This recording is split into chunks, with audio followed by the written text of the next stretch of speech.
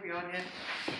So far, I presented the face as though the artist is looking right at the subject, and it's a kind of scan with all the proportions rather perfect. And I'm going to just reinforce one thing that I didn't make really clear, and that's that the top of the head is the broadest part, then the cheekbone, and then the jaw.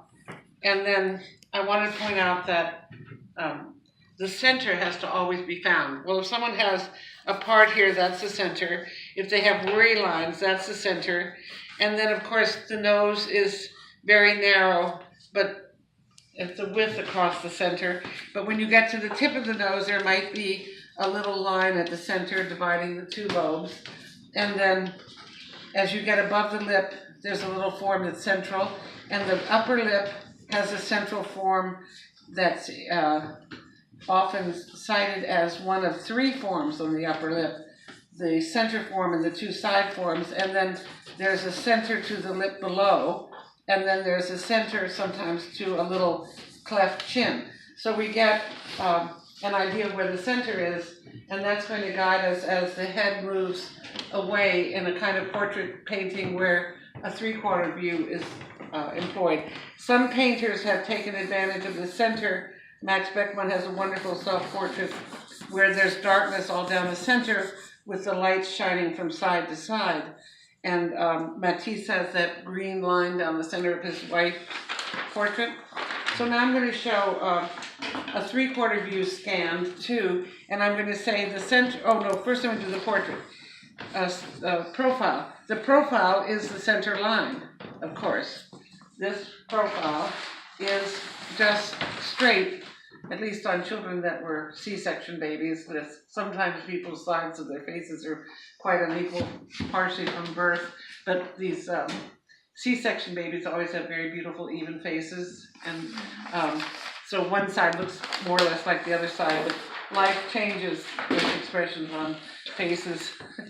Here's the profile that is quite what they call high profile, an exact high profile that was popular. Here are the three divisions and the extra part on top, and that was very popular in the Renaissance, early Renaissance, before realism of a certain sort came out. And so we get that.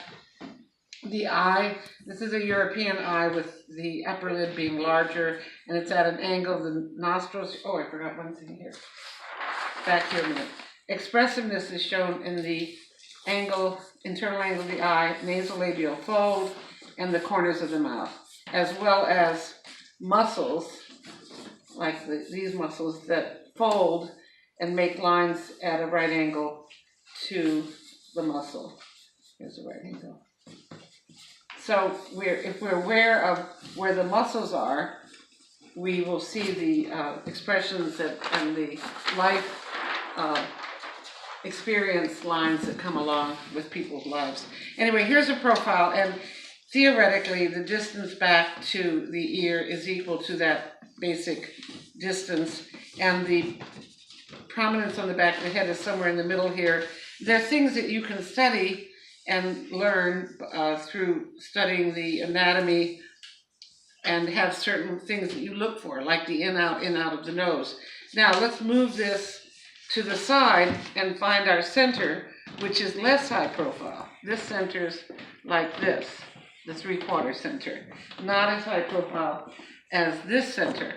And what we have here is the nose existing visually within the side of the face receding from us. So we have the brows. They call this the Velázquez Z because Velázquez painted so many three-quarter view portraits. And here we have the eye. The little caruncula shows on the one side, and it's a little bit shortened side to side, and on the other side we may or may not see the caruncula, and then the lower lid often does an overlap in front of the cheekbone, and then there are various overlaps that really very nicely describe what a person really looks like in 3D, and the distance to the ear is a little shorter. Now, mind you, this is all as though you're not looking from above or below. So on the next break, I'm going to show you how Da Vinci used his level line of the ornament across her forehead, and then perspective to show that he was taller than the woman he was painting, and that he was a certain distance from her. And here we have the Renaissance being more realistic than just of someone's invented picture face or a scan of a person. So let's go ahead with, what are we doing, 210 next?